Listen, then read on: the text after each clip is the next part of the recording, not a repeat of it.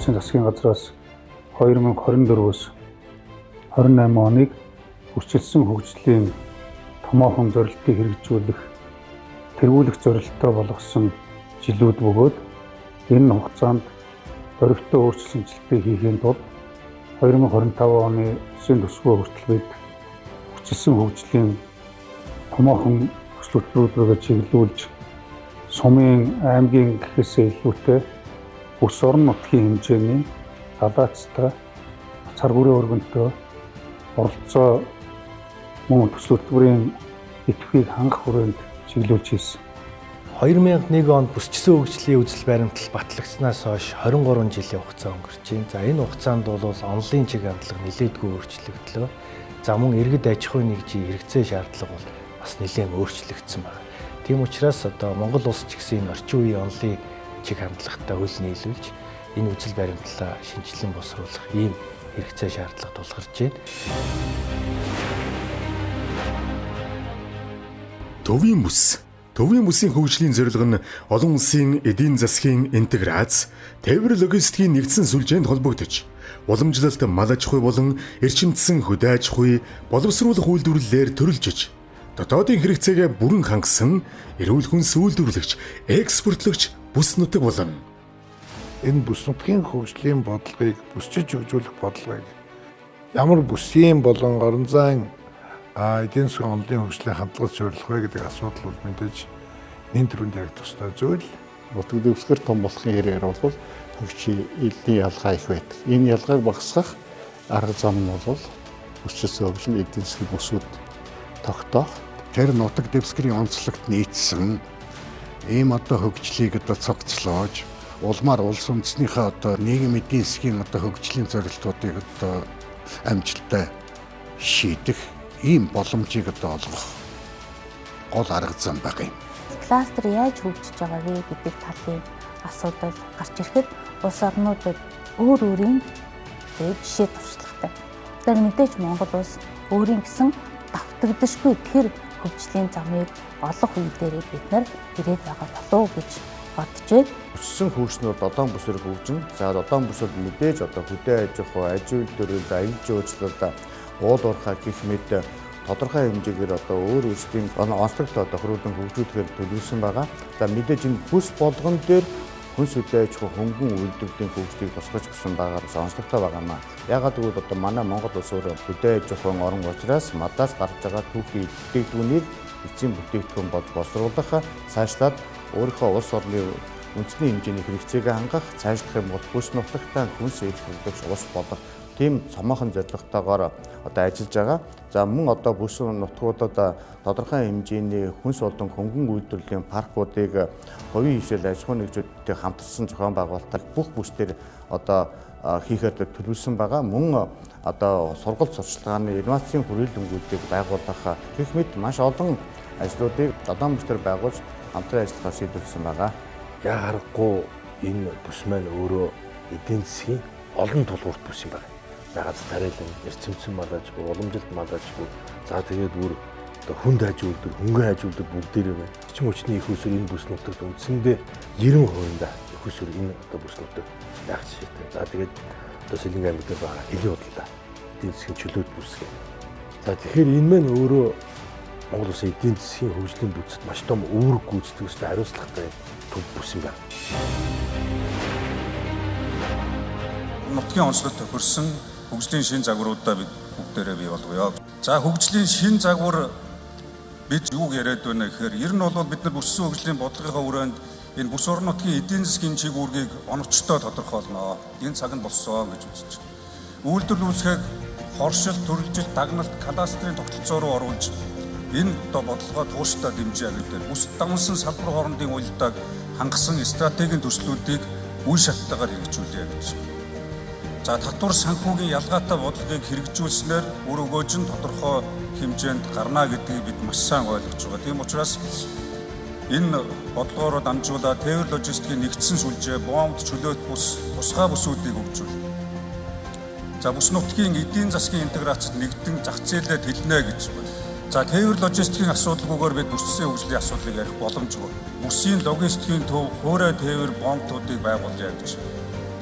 Тэгэхээр цаашдаа шивээ хүрэн гашуун сухаа танк замын үүд за бүр одоо ингээд бичигт сүмбэр ирээн цав баг ээлник алтан буулаг ханх за хоошлох одоо баруун тишээ боршоо цагаан нуур булган бомдуудаа бүс нутгийн одоо энэ хүчлийн интеграцтай холбох тээвэр логистикийн сүлжээ бий болгож ажиллаж байж манай одоо бодлого орон нутгийн бүс амжилттай хэрэгжинэ. Дэд бүтэц Дархан, Сүхбаатар, 100 мод хотуудыг Монгол улс, Оросын холбооны улс, бүгд найрамдах Хятад ард улсын эдийн засгийн коридор, Төв Азийн бүс нутгийн эдийн засгийн хамтын ажиллагааны хөтөлбөр, Зүүн хойд Азийн бүс нутгийн эдийн засгийн коридороор Улаан үд, Эрхүү, Хөөх хот, Бугад хот, улаан цав хотуудтай холбох, дамжин өнгөрөх транзит тээврийг хөгжүүлнэ. За манай энэ төвийн бүсийн хувьд бол одоо байгаа дэд бүтэц үйлдвэрлэлийн одоо хүчин чадал нь бол энэ болцоог бас одоо суур нөхцлөөр хангасан ийм нөхцөл байдал бидэнд байна. За энэ хүрээндээ бол одоо хөшгтийн хөндий, за Дархан хот, за мөн одоо Сэлэнг аймгийн Алтан болог сумд бол одоо тээвэр логистикийн төвүүд хуурай бомтыг байгуулах болцоо бидэнд байна. Энэ тээвэр логистикийн төв хуурай бомтыг байгуулахад бол төр хувийн хвшлийн түншлэлийн хүрээнд энэ чиглэлээр ажиллаж байгаа одоо хувийн хвшилтэй хамтарч ажиллахад бол төр бэлэн байгаа гэж бодож байна. Яг харахгүй дэд бүтцийн том зангилаан дээр байгаа бүс нутгийн хувьд Ази Европыг холбосон эдийн засгийн том коридорыг бид бий болгох ёстой. Энүүгээрээ дамжуулж эдийн засгийн чөлөөт бүсүүд энийг одоо бий болгох замаар энэ Монгол улсын хөгжлийг урагшлуулах, ахиулах өргөн боломж байна. Эдийн засгийн босоо коридор болох Алтан болог Дархан Алтан болог чиглэлийн 4 үеийн замын төлөвлөлт эхэлж байна. За аялал жуулчлалын талдаа бол аялал жуулчлалын хөгжүүлэх одоо амар эсгэлэн хийд рүү чиглэсэн зам байна. За бүдээж чухал үйлдвэрлэлийг дэмжихэд Улаанбаатар хотын хааны сүүний нийлүүлэлтийг хангадаг түнхэл тасан байгаа тий. За энэ рүү чиглэсэн бид нар замын төлөвлөлтийг ингээд тоомхон одоо хэдхэн дэд бүтц болон нийгмийн салбарын төслүүд маань төлөвлөгдөд явж байна. Их газрын тээвэр ингээд гараад ирэхийн цогт өрн дорныг холбосон манай энэ босоо замууд чинь Ази Европыг холбосон их газрын гүүр болоод болох тийм ирээдүй гараад ирж байна шүү. Тэгэхээр бид нар энэ төвийн коридороо хөгжүүлэх одоо төмөр замын болон авто замын коридороо хөгжүүлэх замаар бид нар 100 сая хүртэл тонн ачааг авах боломж нь бүрдээд байна. Ингэж чадах юм бол бидний энэ эдийн засгийн тэлэлтийг одоо тээвэр логистикээр дамжуулж энэ одоо аж үйлдвэрийн паркуудаар дамжуулж тийм ээ ингэж бизнес хийж байгаа, үйлдвэрлэл хийж байгаа хүмүүсээр дамжуулж одоо жигд иргэдэд хүртэх ийм одоо үр дүнг бид нар бол хүлээж байгаа. Эрчим хүчний их үүсвэр өнөөдөр нийт хүчин чадал 1699 мегаватт байна. За нийт цахилгаан эрчим хүчний хэрэглээ өнөөдөр болвол одоо та бүхэн дээр харж байна. 10 сая киловатт цаг. Тэгвэл 24-оос 28 онд нэмэгдүүлэх дулааны станц, шинэ цахилгаан станцын их үүсвэр, усан цахилгаан станцуудын их үүсвэр, хөрөнгөлөөрүүдийн төслөлбөрийг та бүхэн харж байгаа. Ингээд энэ бүхнийг хэрэгжүүлснээр бид төлөвлөж байгаа эрчим хүчний шугамаач барьж байгуулад за дээрэс нь одоо шугам сүлжээнийхээ хүчин чадал аюулгүй байдлыг ч хангаж нөгөө талдаа аж ахуй нэгж бүсийн хэмжээнд их үүсвэрийн найдвартай бөгөөд одоо аюулгүй байдлыг хангана. Ингээдтэй тархмал их үүсвэрүүдийг бий болгоно гэж. Эрчим хүч. Төвийн бүсийн эрчим хүчний их үүсвэрийн тоог нэмэгдүүлж, эрчим хүчний нэгдсэн системийг бүрдүүлэгч Улаастай шинэ гар урам, Улаанбаатар чиглэлийн цахилгаан дамжуулах агаарын шугам, дулааны цахилгаан станц, бүсийн эрчим хүчний нэгдсэн системийн горим тохируулах үүрэг бүхий 100 мегаватт хүртэл хүчин чадал бүхий усан цэнэгт цахилгаан станцыг байгуулна. Төвийн бүс бол яг харахгүй эрчим хүчний буюу энэ хөрөнгө нүүрсний нөөц аривантай ийм бүс нутаг. Тийм учраас энэ нөөцлөрөө тулгуурлаж цахилгаан станцуудаа хамгийн түрүү байгуулж эрчим хүчнийхээ их үүсвэрийг нэмэгдүүлэх ёстой. Энийг түшиглэж бусад дараагийн эдийн засгийн салбарууд одоо хангагдаж эрчимтэй хөгжих бололцоо боломжийг бүрдэнэ. Төвийн бүсийн хувьд бол одоо одоогийн байгаа эрчим хүчний хангамж бол их үүсвэрүүд бол байхаараа байна. Одоо бол энэ бүсийн дотоодын 200 орон гэлбэлтийн шугамуд нь баригдсан ажиллаж байгаа. Энэ дээр нэмээд одоо нэмэлт хүчин чадал шаардлагатай тийм их үүсвэрүүдийг мөн шугамыг барих болцоотой. Тэгээд Сэлэнгэ аймагт бол 30-аас 50 мегаваттын 1-2 их үүсвэрүүдийг барьж суур ачааллаа нэмэгдүүлээд усан цахилгаан станц болон сэргээгт эрчимч бусад их одоо бүсүүдээс импортлох эрчимчнэр үйлдвэрлэлийн одоо энэ хүнд үйлдвэрлэлийн цахилгааны хангамжийг шийдвэрлэх бололцоотой гэж тооцсон байгаа. Төв аймгийн хувьд бол бас нүүрсний нөөцтэй яг нь Төв аймгийн Баянсум тэрийг дагаад одоо өөрчлөлтийн 450 мегаваттын цахилгаан станцын төсөл хувийн хөвчлөлийн түншлэлээр бас ингээд амжилттай хэрэгжээд явж байна. За мөн нөгөө талаар бас 600 мегаваттын одоо Төв аймагт бас юм нүүрсний уурхай орд газрыг түшиглээд бас улааны цахилгаан станц баригдахаар ингээд төлөвлөгдөж байна. Мөн одоо манай аймаг дээр одоо 70 мегаваттын улааны цахилгаан станц баригдаж байгаа. Тэгэхээр үйлдвэрлэл өөрчлөлтний одоо үйлдвэрлэх нэг бараа бүтээгдэхүүн нэг үн хүртэл хямдрах боломж үүсэж байгаа. Энэ цахилгаан станц маань ашиглалтанд орсноор. Энэ бол ерөөсөө Сэлэнгэ аймгийн маань одоо хөгжлийн гол суурийг одоо бид одоо тавьж ихшэлтлээ. Энд бол бас Монгол Улсын засгийн газраас барьж байгаа төр хувийн хвшлийг түншлэл дээрээс нь төрийн хувийн хвшлийг одоо дэмжиж ажиллах юм зорилготоор бид бол хэлсэн. Энэ бол хувийн хвшлийн одоо хөрөнгө оруулалт 160 сая доллараар 70 мегаваттын цахилгаан станц яаж одоо 30 орчим хувьтай явж байна. За байршлын хувьд нэгэн гол гэдэг үзэхээр та хойд бүсэд байдаг. За яагаад бол төвийн бүстэй холбож байгаа хэрэг эрчим хүчний одоо системд өөрөө төвөөсийн эрчим хүчний систем рүү их усрыг нэмэгдүүлэхэд нэг гол өөрөө чийлж байгаа гэсэн. Тэр утгаар. За тэгэхээр мэдээж 2.4 их найдын хөрөнгө оруулалт учраас бид нэр төсвийн хөрөнгө оруулалтаар ч юм уу төсөөрөө энэ төслийг одоо хэрэгжүүлэхэд бол маш хүндрэлтэй. Тийм учраас эгийн гол усан цахилгаан станцын хувьд бол одоогийн төлөвлөлт маань бол хувийн хвшлийн хөрөнгө оруулалтаар төр хвшлийн түншлэлээр хэрэгжүүлнэ гэж явж байна. Бүсийн хөгжлийг зөвхөн бүсд ажиллаж амьдарч байгаа орон нутгийн иргэд аж ахуй нэгжүүд хөрөнгө оруулагчид хамтарч одоо хэрэгжүүлэх ийм одоо боломж бүрдэнэ гэж харж байна. За ингээд энэ хүрээнд бол одоо хатуудыг бүтсээ хэдүүлээ дэмжиж бий болгоё. Тэр нь дулаан хангамж, цахилгаан их үүсвэр, холбоо мэдээлэл, ус хангамж, ариутгах татвар, зах зээлийн холболтыг хийж зүгээр нэг хайчиж болохгүй. Үндэсний хэмжээнд, бүс нутгийн хэмжээнд, Евразийн одоо эдийн засгийн коридорын хэмжээнд яаж байх вэ? Зөөлөн дэд бүтсээр бас дэмжих. Түрүүн хэлсэн олон хөнгөлөлтөд зээл одоо татварууд явж байна. Дээрээс нь дахиад хөнгөлөлтөө зээлээ бид бүрдүүлдэг гэж байна. Төрийн банкаар ногоон хөгжлийн банк болгоё гэж байгаа. Салбар дундын одоо энэ холбоог хангаж бид хөнгөлөлтөө зээл тусламжуудыг аж ахуй эрхлэгч хоршоологчдод олгож эхэлж байгаа. Маркетинг борлуулалтаар нь дэмжих, тэжүү зураг төсвийг хийж өгнө. Брэнд хөгжүүлэлтийг хийж өгнө, стандартаар нь хангаж өгнө. Дээрээс нь инновац технологийн дамжуулалт, үржилсэлэгч, генетикийн нөөц, шинэ хоршоо, төрийн одоо худалдан авалтын үйл ажиллагаанууд дээр хүртэл ил тод нээлттэй гэхдээ тогтвортой бас хянах ийм одоо тогтолцоог нь бий болгож ээж цааш нь одоо бодлого үргэлжлүүлье гэж. Хөдөө аж ахуй. Эрүүл хүнс түүхийд бүтээгдэхүүнээр дотоодын хэрэгцээг хангах, экспортын чиг баримжаатай хүнс хөдөө аж ахуйн бүтээгдэхүүн үйлдвэрлэл технологийн паркийг байгуулж орон нутгийн хөгжлийн төвүүдэд үйлдвэрлэл үйлчилгээ, худалдаа, биерж, тээвэр логистикийн цогцлборыг кластераар хөгжүүлнэ. За жишээ нь Сэлэнгэ аймаг гац тариалангийн бүс нутаг яхаарахгүй Монгол улсын одоо буудын бараг 80% дангаараа хангадаг. За дархантай нийлээд одоо ногоог яриад за мөн одоо Төв аймагтай нийлээд буудаага ногоогоо ярих юм бол бараг одоо бүх төрлийн одоо бүсийн ногооны 90% дангаараа хангадаг ийм бүс нутаг байхгүй. Манай төсвийн хэллэгээр харах юм бол сүүлийн одоо үндсэндээ 10 жил Монгол улсын засгийн газар 5 төрлийн удаа аж ахуйн бүтээгдэхүүн дээр урамшуул өгч байна. За улаан буудаа, ногоо, за сүү, арьс шир, ноос гэдэг. За эндээс задлаад харах юм бол улаан буудаа урамшуулал, бүсний ногооны урамшуулал, сүүний урамшуулал энэ төвийн бүстэй үндсэндээ бараг 70-80% байна. Өөрөөр хэлбэл том зах зээлүүдтэй холбоотой. Манай улс хүнсний ногооны хэрэглээнийхээ 80 гаруй хувийг бол дотооддоо хангаж байгаа юм ололт байна. За энэ маань мэдээж одоо тийм ээ зориудаар зохион байгуулсан Атрийн аян одоо хөдөө аж ахуйн үйл ажиллагааг дэмжих хэмжижиг зээл тийм ээ гэх мэт энэ үйл ажиллагааны бас бодит үр дүн гэж харж болно. Атрийн одоо 4 аян өрсөн 60 жилийн түүхтэй газар тариалангийн салбар байна.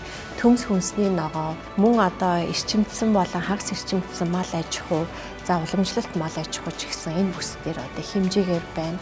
Одоо Батцөмбөр сумаас ахуулаад Мандал сүм, одоо их хэмжээний сүүгээр одоо Улаанбаатарыг тэр чигт нь хангаж байгаа ийм нөөц болцоо байна. За энэ удаагийн бүсчсэн хөгжлийн үзэл баримтлалыг 330 сумын хүрээнд хамгийн үр ашигтай, зардал багатай, ашиг өндөр болох ийм байршлуудыг тооцож гаргасан. Хүн амын нутагшил суурьшлийн оновчтой тогтолцооны хүрээнд бид 21 аймгийн төв дээр нэмэх нь сум дундын төвийг болвол бүсчсэн хөгжлийн үзэл баримтлалын хүрээнд санал болгож байгаа. За хүнд үйлдвэр технологийн паркуудаа бид бас бүсчсэн хөгжлийн хүрээнд олон жилийн тооцоо судалгаа, бодиттой нөөц боломжтой тулгуурлаж бас ингэж тодорхойлж байгаа. Үйлдвэр технологийн паркд үйл ажиллагаад аж ахуй нэгжүүд явуулах юм бол нэмэг уртгийн албан татварыг 4 жилээр хойшлуулнаа. 4 жил гайлын албан татвараас чөлөөлнө. За мөн 10 жил газрын татвараас 100% чөлөөлнө. Эхний 5 жил үйл хөдлөх хөрөнгийн албан татвараас 100% чөлөөлнө. За дараагийн 5 жил бол нэмэг уртгийн албан татварыг бас ингээд 5 жил хойшлуулна. Ингээд паркийн дэд бүтцийн бүтээн байгуулалт, гайлын тусгай бус, гайлын баталгаат үйлдвэр гэдэг ингээд олон одоо төсөл хөтөлбөрүүдийг хэрэгжүүлэхэд та бүхэн энэ байршлууд дээр үйлдвэр технологийн паркийн хүнд үйлдвэрлэлийн үйл ажиллагааг явуулах юм бол эдгээр татварын хөнгөлт чөлөөлтүүд өнөөдөр үйлчилж эхэлсэн явж байгаа учраас шууд одоо оролцоод үйл ажиллагаа явуулах боломжтой.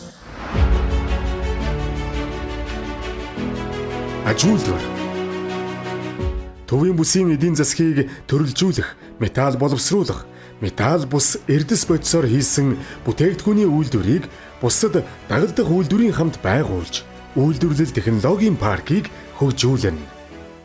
Дархуул аймгийн хувьд одоо байгаа суур үндсэн одоо дэд үтсийг түшиглээд хөнгөн хүнсний үйлдвэрлэл, за шинжлэх ухааны технологи, инновац шингэсэн нэмэн өртөг шингээсэн одоо үйлдвэрлэлүүд, за мөн одоо хүнд үйлдвэрлэлийн суур баазын түшиглээд хүнд үйлдвэрлэл, боловсруулах үйлдвэрлэлийг байгуулах ийм төвийг бол Дархан ул аймаг дээр байгуулах бүрэн боломжтой. Дархан хот жишээ одоо хүнд аж үйлдвэр бидний одоо Монгол Улсын маань цорын ганц металлург боловсруулах ийм зогсбор үйлдвэрийн суурин тэнд тавигдсан. За бас ирээдүй байна. Сэлэн аймаг. За Сэлэн аймаг мэдээж ганц тариалан бус нутаг. Гэхдээ уул уурхайтай. Хэлийн худалдаатай. За дотоодын бүтээгдэхүүн харах юм бол Дарханаас бүр 2 дахин том шүү. Дархан бол 754 төгрөгийн дотоодын бүтээгдэхүүн үйлдвэрлэдэг Эрдэнэ Сэлэнг 1 их 80 250 төгрөг. Бараг 2 дахин илүү. За Төв аймаг маань бас л Дарханаас том. 1 их 80-ийн бүтээгдэхүүн үйлдвэрлэдэг. Гэхдээ одоо мөнгөн урсгалыг нь худалдааны эргэлтийн банкын эсрэгээр Дархан 694 мөнгө төгрөг. Нөгөө хоёр аймаг маань 240 260 бараг 3 дахин баг. Тэгэхээр эдийн засгийн төвлөрөл нөө татах хүч нь хаана байна гэдгийг эндээс харагдаж байгаа.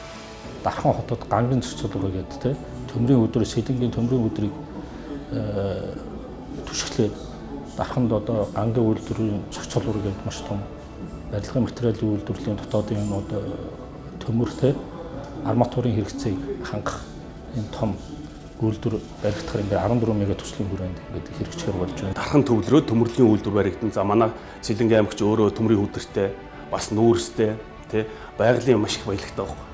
Тэгэхээр эдгээрт нь яг чиглэл тус бүрт нь ингэж боловсруулсан саналтай байгаа болохоор одоо Сэлэнг аймаг одоо төвийн бүс бол хөгжих боломж бүрэн нээлттэй. Зам харилцаа эдийн засаг маш сайн өгсөн. За тэгэхээр гангаа үйлдвэрүүдэд мөн л уушил төрөмжлөлт компаниудын хөрөнгө оруулалтаар харин улс илүү одоо энэ үйлдвэрийг явуулах хэрэгцээ орчнын тий бодлогын шийдлүүд нь гаргана магадгүй төсвийн хөрөнгө оруулалтаар бид нар зарим одоо дид үтцтэй судалгаа зүйнээр оролцсон ийм төлөвлөлттэй байна. За дараад нь манай аймгийн бидний бодож байгаа бодлого бол одоо хүнд аж үйлдвэрийн паркийг бол сайхан суман дээр төлөвлөж байгаа. Монгол Улсын засгийн газартаа бид саяны харилцааны хурлаар хэлцээд уламжилсан байна. Тэнд бид нар юу хийх вэ гэвэл бетон хүйцийн үйлдвэрлэлүүд. Тэнд өөрөөсөө ил сайрган байдаг, цемент нь байдаг. Бүх одоо дэд үтсэн шийдэгдсэн ийм манай томоохон сумуудад нэг баруун бүсээ бол хамгаалаад тэндээ бол бас томоохон одоо хүнд үйлдвэрлэлүүдийн төв байгуулахын боломжийг аж үйлдвэрийн парк байгуулах боломж байна. Тэгэхээр бүсээр хөгжүүлнэ гэдэг чинь стандартаа яаж өрөх вэ гэдэг асуудал чинь бодлогын түвшинд явж байгаа. Тэгэхээр энэ төвийн бүсдээс чинь ямар стандарт хэрэгтэй одоо нэг хөдөө аж ахуйн чиглэлээр газар тариалан гэж чиглэлээр олон улсын дэвшилтэд технологи инновац шингэсэн ямар стандартад байгаа тэрийг бид судалж гаргаж ирэх шаардлагатай. Энэ хүрээнд төлөвлөж байгаа ажлууд богино хугацаанд хэрэгжихэд иргэд аж ахуй нэгжийн оролцоо өөрөө чухал үр гүйцэтгэх нь. Иргэдийнхээ оролцоог хангах чиглэлээр олон нийтийн болон бодлогын мөн гүйцэтгэх төвшнээ ялангуяа шинэ бүтээл оновчтой санал инновац технологийн нэвтрүүлэх, тухайн бүсийн өрсөлдөх чадварыг хэн хэрхэн тодорхойлох вэ? Хэн яаж оролцож хэрэгжүүлэх вэ гэдэг рүү чиглэсэн арга хэмжээнүүдийг бас төрөл бүрээр зохион байгуулж байна. Иргэд аж ахуй нэгжүүч гэсэн нэгтгэх санаачлагтай олдсож байгаа.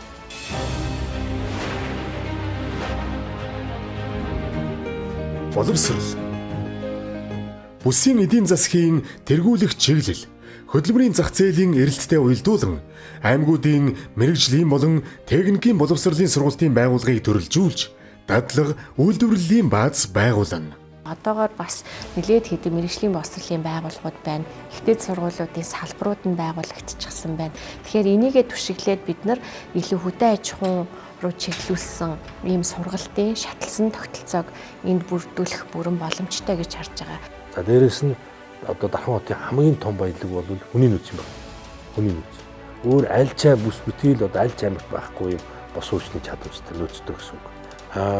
Хувийн болон одоо төрийн 8 ихтэй сургууль байна. Оргил үедээ 2000 гарan, за багадаа 1000 оюутнууд нарийн мэргэжлэр төгсдөг. За эндээс нь 60-70% нь Дархандаа үлддэг гэсэн үг.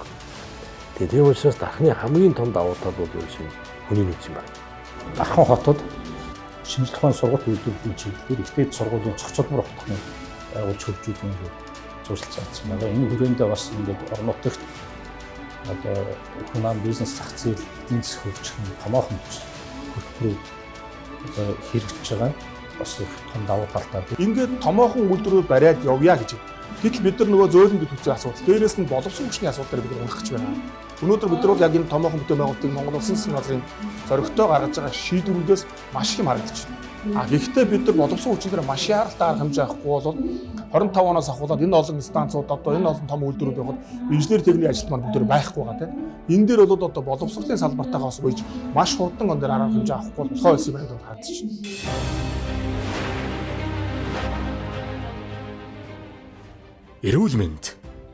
Бүсийн оншилгоо эмчилгээний төвийн төрөлдсөн нарийн мэрэгжлийн тусламж үйлчилгээг өргөжүүлж, бүсийн хүн амын өвчлөл, нас баралтын тэргүүлэх шалтгаантай уялдуулан, эрүүл мэндийн тусламж үйлчилгээг төрөлжүүлэн хөгжүүлж, орчин үеийн стандартад нийцсэн нэгдсэн эмнэлгийг байгуулна.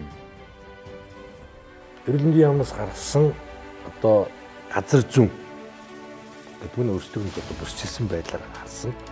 Одоо энэ байрлалаар Дархан уул аймагт одоо тал талаасаа засмал замаар хурж очих хамгийн хурдан одоо эмнэлгийн тусламж үйлчилгээг үзүүлж чадах газар нь газар зүүн байрлалаараа Дарханд байна. Тийм учраас орон нутагт анхны баригдах 3 дугаар шатлалын эмнэлгийг Дархан хотод барья гэж Европын зэрэгмс төвлөрийн банкны одоо орто хугацааны хөнгөлөлтөд санхүүжилтээр маш том цогц төсөл явж эхэллээ. За тэгвэл Сэлэнгэ аймгийн нийт иргэд, Дархан уул аймгийн нийт иргэд, Төв аймгийн хойд сумын иргэд, за цаашлбал бүр булган одоо Эрдэнэт одоо бүр ингээд хөвсгөл те Баруун аймгаас ирж иргэд Улаанбаатар орч төгжрөхгүйгээр яг тэр Улаанбаатар хотын тэр том 3 эмнэлэгт үзүүлдэг эмнэлгийн тусламж үйлчилгээг Дарханд ирж авч болно. Бүр Европ стандарт. За энэ бол жишээ нь яг салбарын бүсцсэн үйлчлэгийн бодлого баггүй. Төвийн бүсэд одоо 3 дахь шатлалын буюу хүмүүс одоо орон нутгаас Улаанбаатар руу маш их ирж эмчилгээ авч, эрүүл мэндийн үйлчилгээ авч шít. Тэрний асуудал нь өөрөө чанарын асуудал байгаа. Тэгэх юм бол бид нар төвийн бүсэд анх удаа 3 дахь шатлалын эмнэлгийг эхлүүлж байна. Тэгэхээр бид нар бүсийн хэмжээнд харж агаад яг аль байршлууд дээр одоо хүн амын төвлөрөл хамгийн их байна. Тэнд нь том хэмжээний эмнэлгүүд төрөлцсөн хэлбэрээр байгуулах боломжтой гэж бодож байгаа. Жишээлх юм бол одоо хавдар судлалын одоо илүү сайхан байгалийн нөхцөл байдал бүрдсэн газар сэргийн засварлах эмнэлгүүдэд байршуулад ингээд явах юм бол одоо Улаанбаатар руу чиглэж байгаа, Дархан руу чиглэж байгаа тэр их хэмжээний төвлөрлийг сааруулах юм боломж нь бүрдэнэ гэж харж байна. За энэ дээр та бүхэн харж байгаа бүссэн хөгжлийн бас нэг гол их үүсвэр том нөөц болвол аялал жуулчлалын одоо салбар байгаа. Манай одоо улс түүх археологийн асар их баялаг үнэт өвдөө улс орн. үндэсний үнэт зүйлүүдээр тулгуурлаа цаашлах юм бол энэ палеонтологийн ховор олдруудаа ашиглаж аялал жуулчлалын салбаруудаа хөгжүүлэх одоо бүсийнхээ хөгжилтөө уялдуур тодорхойлж байгаа. Түүнээс биш бүс бүхэн аялал жуулчлал байна гэд бүс бүхэн үйлдвэрлэл үйлчилгээ байна. Эсвэл үйлдвэр технологийн одоо чиглэлээр бүгдээрээ одоо нэг төрлөөр өсөлтнөх юм бол нэг нэгээр татаж унгаах юм эрсдэлтэй учраас энэ одоо ангилж ялгаж хэрэгжүүлэх асуудлууд дээр анхаарч байна. Байгаль, соёл, сэлэн мөрөн, туулгын сав, богдхан уулын экосистемд түшгэлсэн олон улсын бизнес, хурал зөвлөгөөн, ивент, хотын аяллыг хөгжүүлж, аялал жуулчлалын тусгай бүс, кино, контент үйлдвэрлэлийн цогцлборыг байгуулна. Аялал жуулчлал бол сүүлийн үед нэлээд хөгжиж байгаа. Яг нь манайх чи хил орчмын бүс байдаг болохоор хил орчмын аялал жуулчлал гэж яригдах нь бол илүү ойр төхөн болж байгаа юм л да. Тэгээд манай Сэлэнг аймагч хуучин бол усан тээвэр хийдэг байсан шүү дээ. Одоо Сэлэнг орхон 2 гол нь хийлээд тэн дээр одоо бирвазаар ингэж ачаа татдаг хүртэл тийм үйл ажиллагаа явагддаг байсан. За сүүлийн үед бол дотоодын жуулчлал, аялал жуулчлал маш их нэмэгдэж байгаа. За энэ дээр бид одоо яг салбар танхимын зүгээс үндэсний танхимын зүгээс биднээс ер нь бол бодлого боловсруулж одоо ярилцаж бас нэлээдгүй зүйлийг хийхэд төлөвлөсөн байгаа. We are not able to leverage that capacity of tourism adequately enough. And I give you an example. A small island in the south of South Korea, it's called Jeju. They have international flights landing almost every 5 minutes in the small airport. Highly efficient. They have a tourism university in that small little island. And the way that their tourism works is clockwork. Recently, I went and saw how Thailand is promoting its tourism in Phuket Islands and other islands put together. You'll see, or you look at Geneva in Switzerland. These are good lessons to learn from how we can really develop our basic infrastructure, our facilities, our equipment, our most importantly, the customer service mindset. How do we become a world-class promoter and capacity builder for world-class tourism? These are opportunities that are there.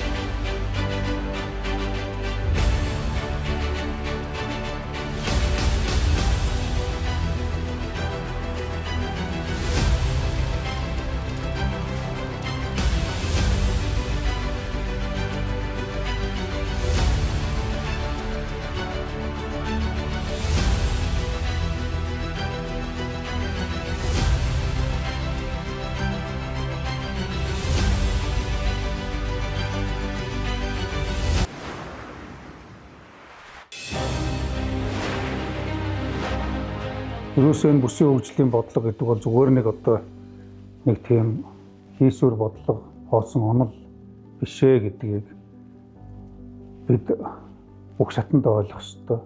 20 гаруй жил цаасан дээр, ширээн дээр, шүүгэнд дарагдсан байсан бүсийн хөгжлийн бодлогыг энэ засгийн газар ажил хэрэг болох томоохон зорилтуудыг дэвшүүлж, улсын их хурл засгийн газрын тогтоол шийдвэрүүд гарч тэгээд тэр хэрээрээ аймаг орон нутагт төвлөрсөн олон хөтөлбөрүүд хэрэгжиж эхэлж байна. Аймагуудын бүсүүдийг төрөлжүүлж, хөгжүүлэх эдийн засгийн үжил баримтлалыг боловсруулж байна.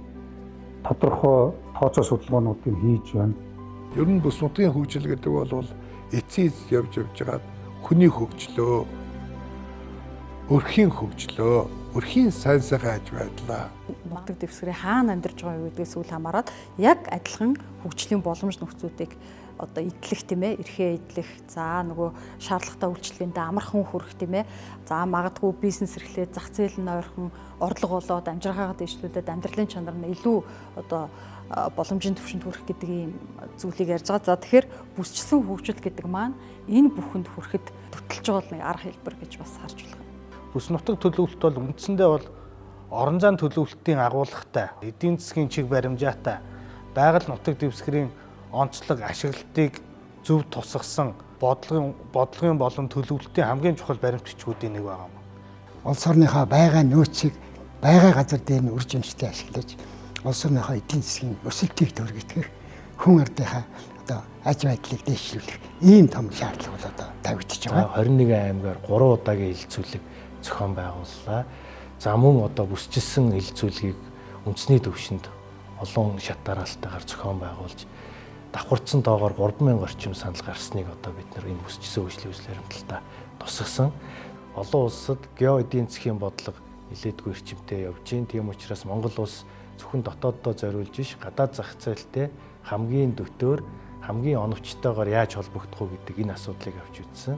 Өөрөөр хэлбэл гео эдийн засгийн стратегийг энэ удаагийн бүсчилсэн хөгжлийн үзэл баримталд ус суурь болгож авч үзсэн байгаа. Тэгэхээр энэ бүс бүсийн онцлог гэдэг бол өөрөө тухайн бүс аймаг орнотод хөгжих хамгийн том давуу тал нь, хамгийн том нөөц боломж нь ингээд эдийн засгийн чадвартай амьдралын таатай орчныг бүрдүүлэх гол бодлогоо бүгдээрээ хамтарч хэрэгжүүлэх боломж нөхцөл өдөр их туссан бодтойгоор бүрдэж байна гэж үзэж байна. Бүсчилсэн хөгжлийн эрхэм зорилго үндэсний соёлоо дээдэлсэн байгалийн унган төрх экосистемийн тэнцвэрт байдлыг хадгалан хойч үедээ өвлөвсөн эдийн засгийн төрөлжилт, дагналт, хоршилт бүхий ногоон үйлдвэрлэлийг хөгжүүлж бүс нутгийн эдийн засгийн интеграцид нэгдсэн хүн амын нутагшилт, суурьшлийн тогтвортой тогтолцоотой өрсөлдөх чадвартай бүсүүдийг харьцангуй тэнцвэртэйгээр хөгжүүлнэ.